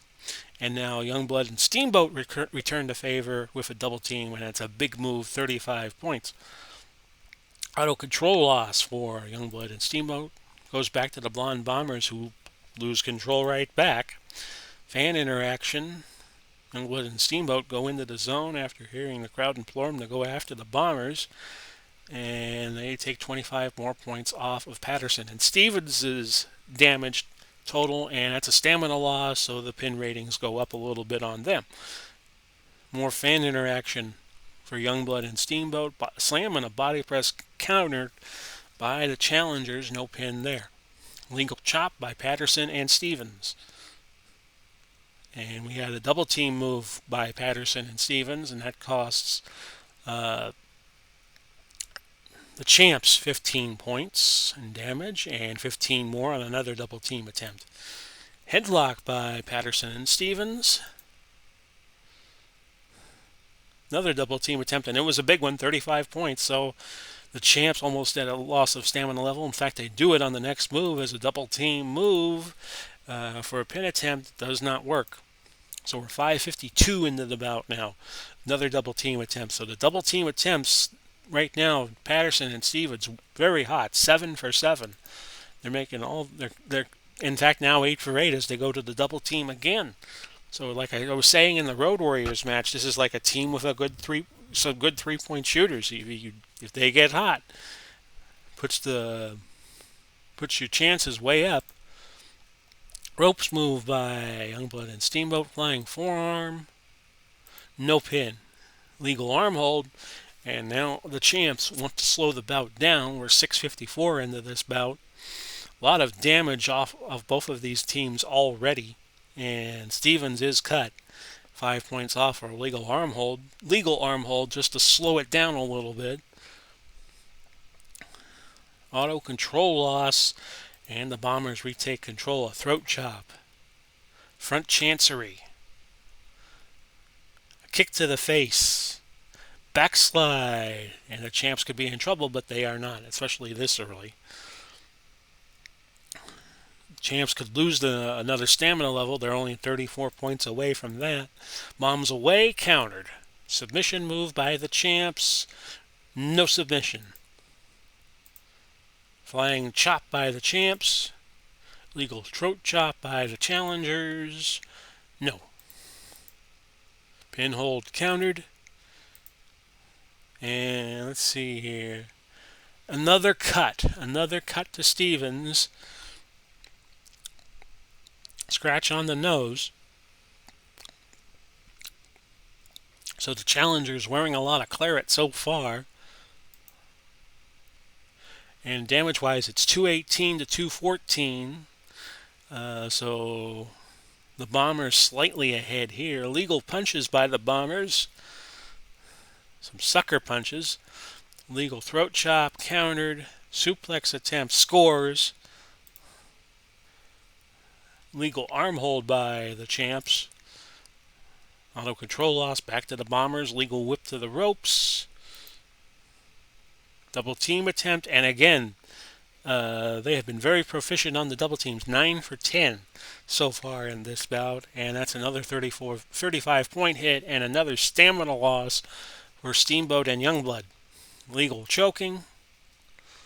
Double team attempts, and again scores for the challengers.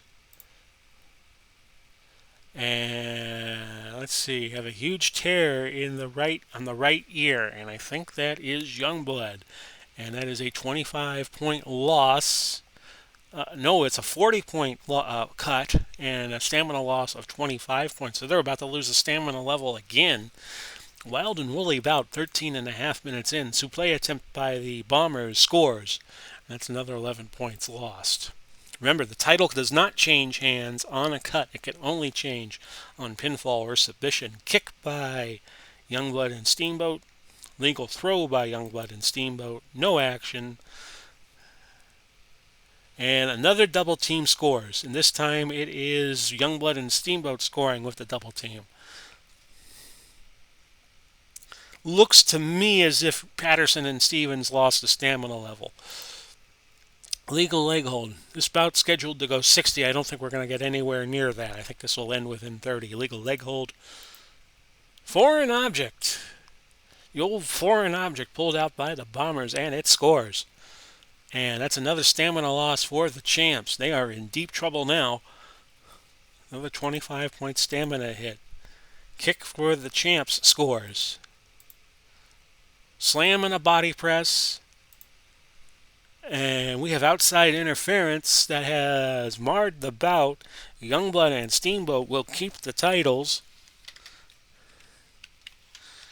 And it was the sheep herders getting involved.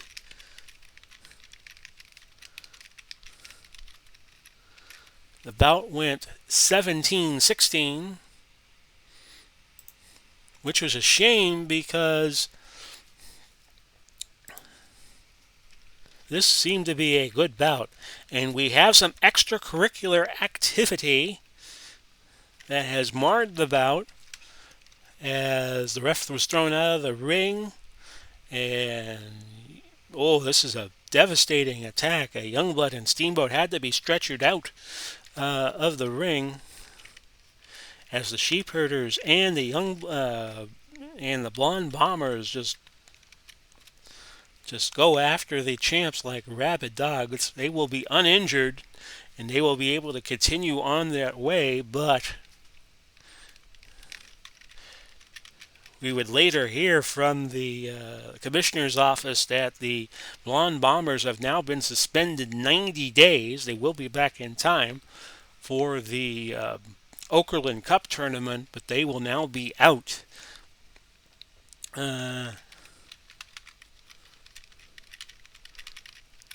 For this quarter, and they will have a 90-day suspension to deal with. And I'm typing all that in.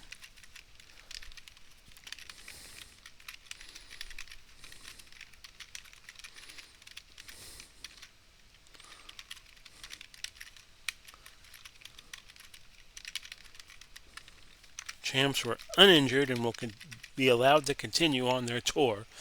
And this got 4 stars. It was 392 and 46 off in cuts for the champs.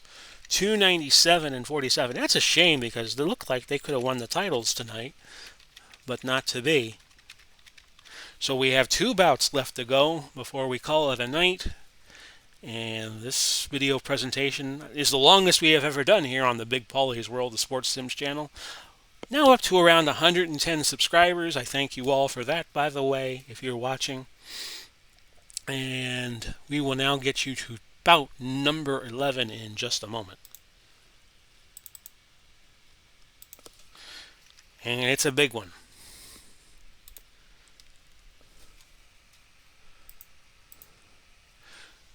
Well, let me get back on screen here. Well, this is a match that is a first for GSW. We have never had two former world champions face each other in a match, let alone a match for another title. This time it is the Junior Heavyweight Championship of the world. Jerry Lawler qualifies because early in his career he was a Junior Heavyweight Champion, the Southern Junior Heavyweight Champion from the Memphis circuit, and defended his title, I know, in Tennessee, in Nashville, Tennessee, and some other places. He defends against Jim Lundos, and Lundos seems to have the champion's number. And this is a world title match. This will go one fall, 60 minutes. We have never had two former world champions face off against each other, as I was just saying. So this will be a very interesting match because Lundos, if you have been watching the GSW match of the week since the start of the year, has beaten Jerry Lawler twice with the title on the line. He beat him for the championship, world championship, in week 2 in Detroit, and then successfully won a rematch a couple of weeks later. So it's Lawler against Lundos. They'll both kind of be baby faces here. I imagine Lawler will be a bit of a tweener since he holds the title, and I'm going to designate him as such. But it's not a defend the title match. It's not a match where Lawler is going to try at all costs to win the title. Jim Lundos was the two-time former world champion, trying to win the junior heavyweight champion. He's had a few chances at it through the years. Actually, I should cancel because these are both ropes moves. But Lundos has never been successful in winning the junior heavyweight title. But he has been world title holder twice. He beat Farmer Burns in a stunning upset at the end of year 3 to win the world title the first time, and then he won it by default when John Pezic defeated him for the title. I take that back. It was Pezic that beat Lundos to win the title at the end of year 3. Lawler won a Battle of Champions to be the kind of temporary world champion, kind of a placeholder champion, an interim champion, and then Lundos got a crack automatically at Lawler, and Lundos in week 2 in Detroit 11 weeks ago won the world title. So now these two men meet for the junior heavyweight title, and this could be a match we see in Monarch of the Mat in the second quarter of year 4. So off we go, Lawler and Lundos for the junior heavyweight crown. And I set this matchup wrong. Let me see if I could set it up again. I did not put Lawler's title on the line. So let me just quickly reset this with my apologies. I knew this was going to happen one of these times. And he will be a tweener champ. And this is for the World Junior Heavyweight Championship. Now I believe we are set to go. Okay. Off we go. Lawler and Lundos for the World Junior Heavyweight title. And back in the day, the World Junior Heavyweight title was right up there with the World title in terms of prestige. No action. A disqualified check for Lawler. A illegal turnbuckle move by the King. No action. Auto control loss by Lundos. Lawler. Outside the ring action. A 10-point hit. Headlock by Lawler. Chop by Lawler. Turnbuckle move by Lawler. So Lawler off to a good start. And Lundos has been cut. Cut on the lower lip. 16 points off. 18-4 he's now down to in stamina. Legal whip to the ropes. And a pin try which does not score. Submission move does not score. Specialty move. Pile driver countered. And now Lundos has a ropes move, and that was countered. Back to Lawler. Lawler with a turnbuckle move, and Lundos has lost the first stamina level, 550 into the bout. Disqualified check by Lawler. He uses punches. Strategy card used, countered by Lundos. Legal throat chop by Lawler. Legal arm hold by Lundos scores. Lundos goes for the leg lock. He's also got that unconscious hold, the old sleeper hold. Lawler comes in 8-2-0, having wrestled 10 times already in year number 4. Lundos is 5-1-3. He just beat Bruiser Brody by DQ. And Lawler has defeated his last 4 opposed: Gideon Gia, Fishman, Great Mephisto, and Gory Guerrero. Lundos was taken to a draw by Nick Bockwinkel and went double DQ with Dory Funk Jr., the champ, who we'll see in our next bout. A headlock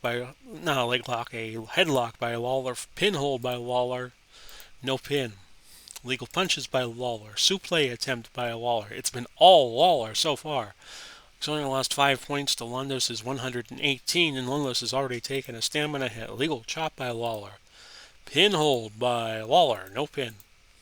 No attack, no action. Submission move by Lundos, and too early in the match to score that. Hair pull by Lundos, and that is successful.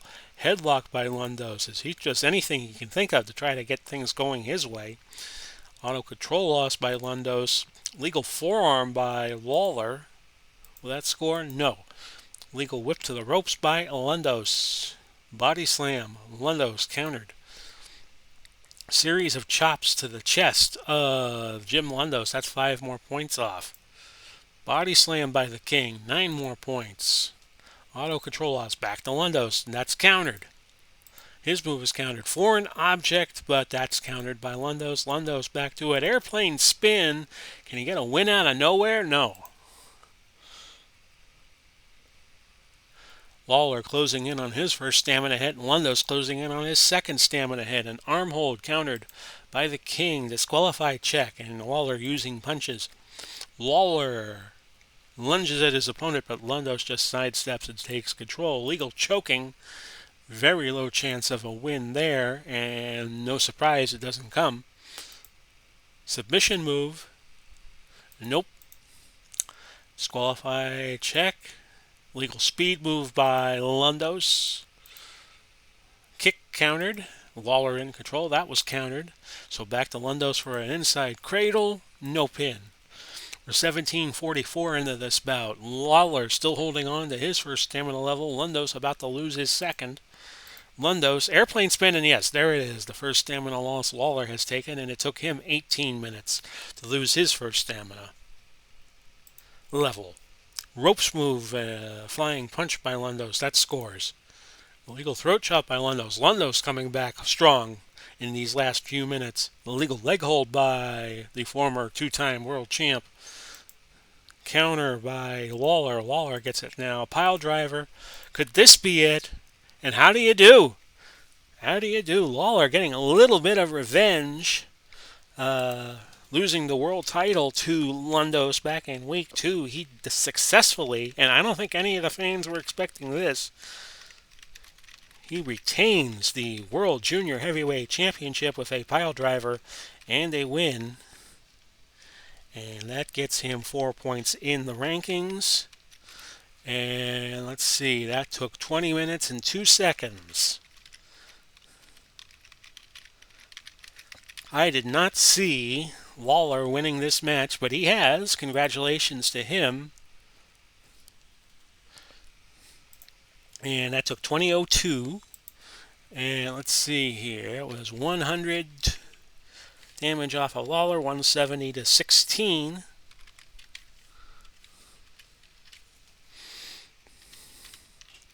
And that got 4 stars. So a good match, and we only have one more to go tonight. And that's our big match for the world titles. So stand by. I'll tell you during this break that we will be debuting OOTP 22 Perfect Team probably sometime this weekend. Probably will do it tomorrow. I'm recording these matches on March 25th, 2021. And the non-beta version of the game will be available sometime May 26th, so I will sit down and do some Perfect Team, and we'll get the Big Paulie's Bombers all ready to go for you. And that should be tomorrow evening sometime. And on Saturday, I'm looking to do Franchise Hockey Manager, Lord willing, and the creek doesn't rise. And we'll come back Sunday with a little more OOTP 22 Perfect Team. See what we can do about all of that. So we're getting ready now for our main event, and this ought to be a good one. We will go through the bouts as they have already happened, much as we do on Match of the Week. It was Stu Hart over Dick Murdock at DQ at 7:38. That's how Randy Savage beat Buddy Colt in a grudge match, DQ 11:28. Toshiaki Kawada let the Dutch Savage lose his cool. He got DQ'd 9:45. Roddy Piper loses to Gene Kaneski on a pinfall 13:29 for the North American tag titles. All the champs have successfully defended their titles, much to my surprise. The Hart Foundation won over the Hells Angels 33-55 in a hard-fought match. And let me just see here. That was the second best match of the night. And we'll mention the best match of the night was the Bell of the Brawl final.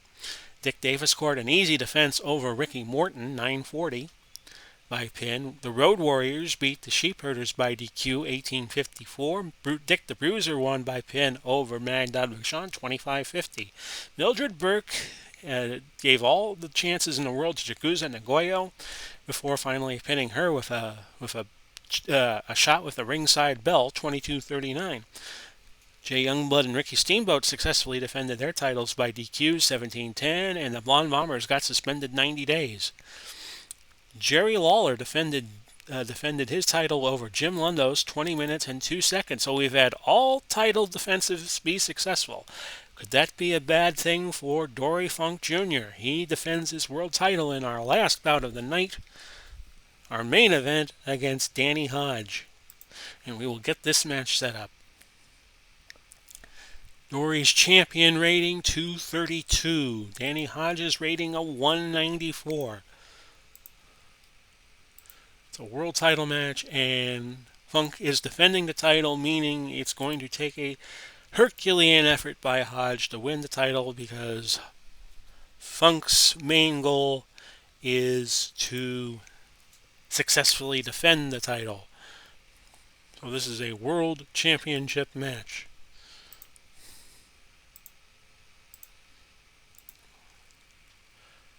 And we will trade out all moves because Funk has another move other than ropes that he needs to trade out. So in that case, we trade out all moves. As champion, Funk comes in 5 wins and a draw. His last 4 wins were over El Kanek, Roddy Piper, Big Van Vader, Mr. Wrestling number 2. Hodge has had a feud with Terry Funk. Won over DQ in their last meeting in Houston. Before that, a double countout, and he took Hiro Matsuda to a time limit draw. Matsuda was the former World Junior Heavyweight Champ. So off we go. This is the main event of Grapplefest IV. And the computer likes the champ to successfully defend his title in Seattle. Hodge, without looking offhand, I believe he is the number 1 contender coming into tonight after Andre the Giant lost the North American title about a week or 2 ago to Ray Stevens, who lost it to Dick Davis Court. And off we go. An auto control loss. Funk in early control. Spinning toe hold, but that was countered. Too easy for Funk Jr. Stamina rating 65-4 for Funk, 85-4 for Hodge. But it's a 60-minute time limit, so that also works to the champion's advantage. Pile driver. And that was countered by Funk Jr., the champ. A legal throat chop. And that gets our first move in. Disqualified check. Possible DQ has been stopped. A legal throw by Danny Hodge. Followed up by, actually that was countered. A legal turnbuckle was also countered by Hodge that Dory Funk attempted. Body slam, no pin. Auto control loss, back to Hodge, a legal throw.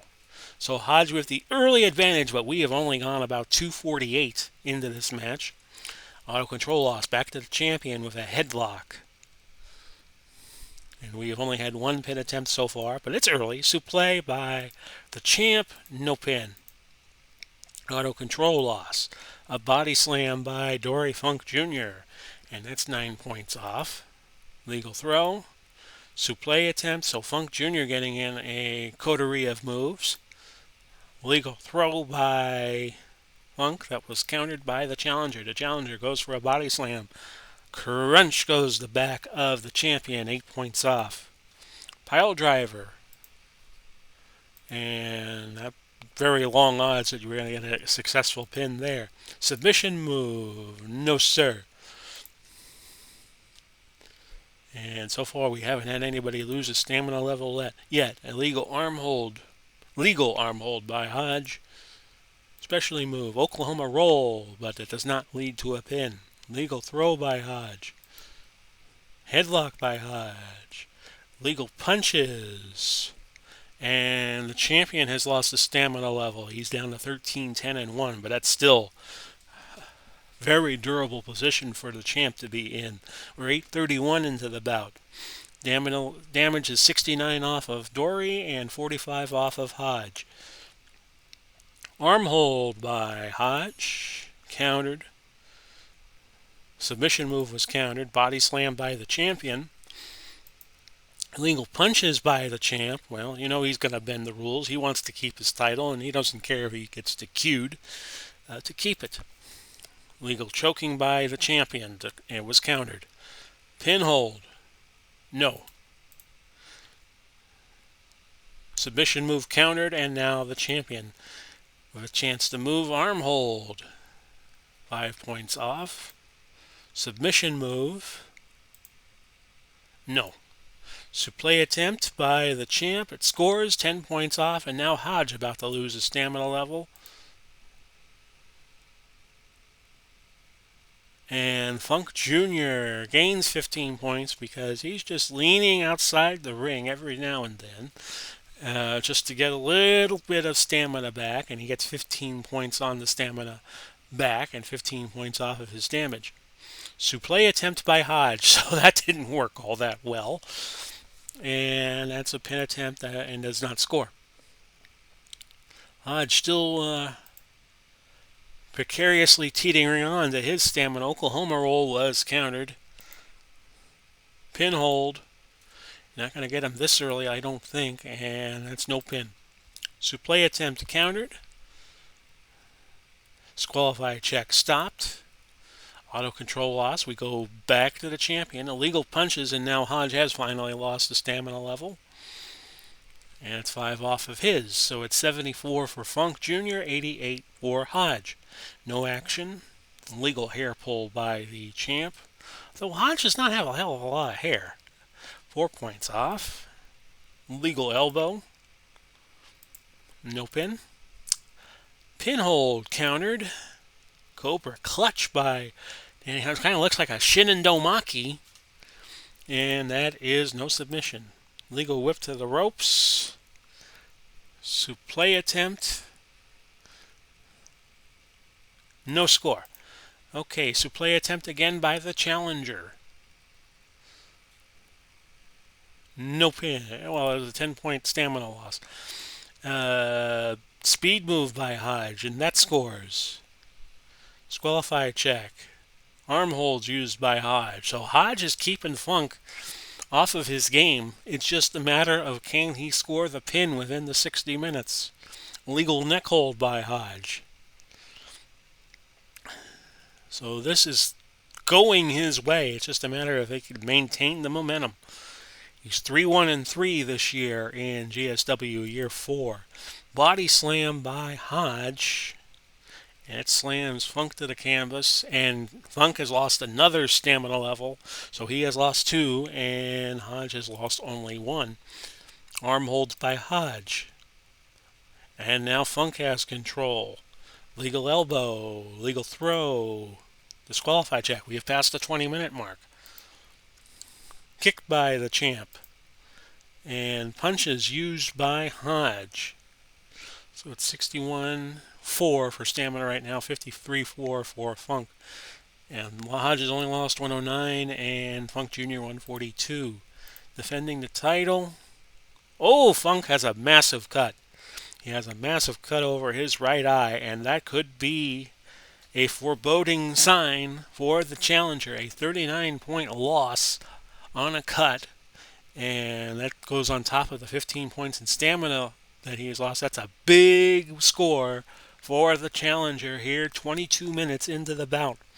So hang a star on this move in this moment. Legal arm hold by the challenger, 6 more points off. Legal speed move by the challenger, 6 more points off. Kick by the challenger, 5 more points off. So he's piling on the points. Legal arm hold by the challenger, 6 points. Pin hold, but you're not going to get Funk Jr. that early. Legal knee by the champ, 6 points more off of Hodge. Oh, and we have had an unknown injury during the match off of Danny Hodge. We don't know what happened there. And Hodge just taking a breather there for a moment or two. Might have been muscle damage to his stomach or maybe the thighs. But he has lost 50 points all of a sudden. And again, the tide of the bout has turned. Pin hold by the challenger, no pin. Hodge goes for the Oklahoma roll. Almost gets it. He needed a 1 on the last roll and only got a 3. Abdominal stretch by the challenger, no pin or no submission. So far we've had 3 attempts at a pin by the champ, 8 by the challenger. So the money, as Mark Maron says in that Glow series on Netflix, the money is in the chase. And we have a chase going on right now. Kick by the challenger, 5 more points off in stamina. Hodge is about to lose another stamina level. In fact, he does with the body slam, and that's not a pin. 27-40 now gone. Speed moves by Hodge. Even though he's definitely injured. Leg hold by Hodge. No action. Pausing for a commercial in nature.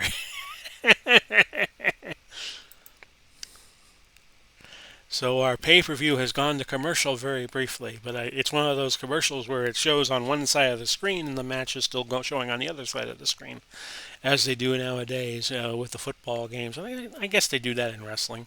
Hodge loses control. It goes over to the champ. A spinning toe hold. No submission. The champion about to lose another stamina level, but before he does, gets a headlock on the challenger. We are almost halfway through this 60-minute bout. We're at 29-12. No action, no action, no action. Now we are past the halfway point. Legal arm hold by the champ, countered by the challenger. Disqualified check, and Funk Jr. has lost another stamina level. He's at 25-22-1 in terms of his pin rating. Kick by the challenger, a headlock by the challenger, legal punches by the challenger, arm holds.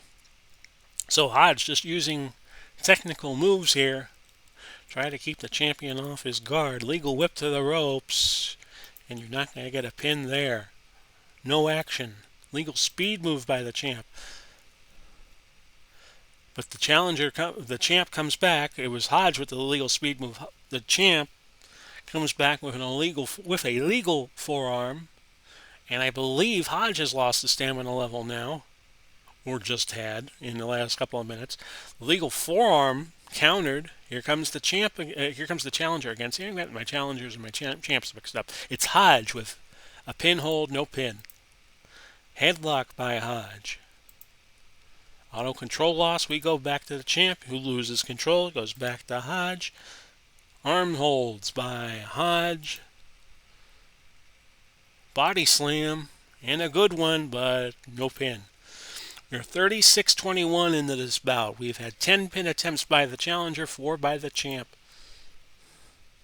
And he has hit a couple of his specialty moves, while Dory has yet to score with his legal specialty moves. Legal punches by the challenger.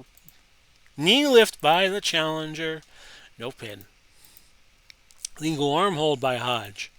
Legal arm hold again by Hodge. Supplé attempt by Hodge. Pin hold.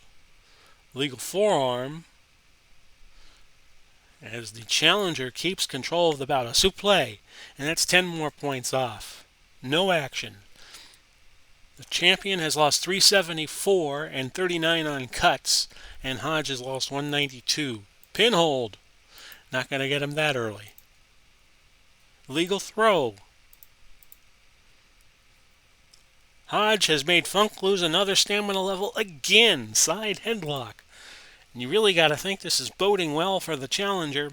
Legal speed move. Back to Funk. Legal leg hold.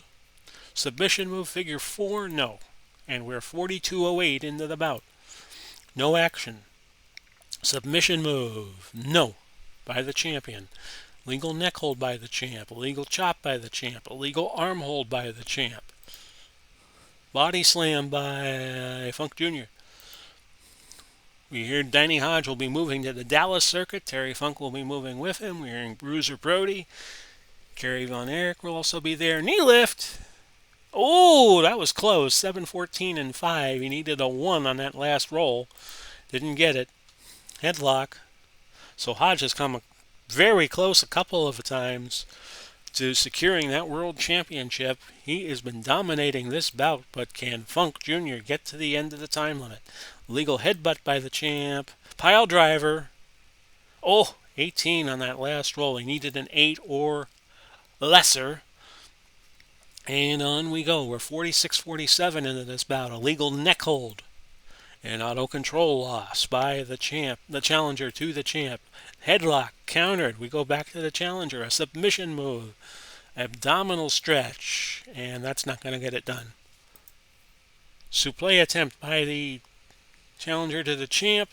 10 more points lost. And abdominal stretch. That again will not score. Funk Jr. has taken a beating in this bout. So has Hodge to an extent, but he's looking much better for wear. Legal forearm by the champ to the challenger, 7 points off. And now we're down to the last 10 minutes. Falling elbow by the champ, 6 more points lost, and Hodge has now lost the stamina level. Pinhold by the challenger, no. Legal throat chop by Funk Jr. That scores. Supplé attempt scores. Can he get a pin on his challenger? No. We're 51-38 into the bout. Disqualify check. Arm holds being used by the champ. Legal throw by the champ. 5 more points off. So Dory Funk Jr. showing some resiliency of his own. Arm holds. Legal chop. Supplé attempt. Almost scores there. Pin attempts are now 6 for the champ and 16 for the challenger. Disqualify check. The champion using arm holds. He's just trying to get out of there with a draw. Spinning toe hold, and that does it. The champion has been successful defending his championship. Sorry about that, folks. And he wins in 54-47. So he didn't even need the time limit draw to help him. Funk Jr. retains by pin on the spinning toe hold. And that gets him 4 more points. It was a 5-star match, as you might suspect. A successful defense for the Funker, and now he will move to the Eastern Combine and be putting up the gold against somebody. He will either in Montreal, New York, Charlotte, Atlanta, or Tampa. We'll see what random chance has in store for the world champ. And that was a 5-star match. Final totals were 433-39 for the champ, 324 off the challenger, who did not get cut. And that does it for Grapplefest 4. I hope you all enjoyed it. And we will be back next week with just one match, the GSW Match of the Week, as we head into April of 2021. We have been together these last 2 hours and 4 minutes. I hope you all enjoyed this video. This has been Big Paulie coming to you, wishing you well. Godspeed to you all, wherever you are, whenever you see this. We'll do it all again soon. Bye-bye for now, everybody.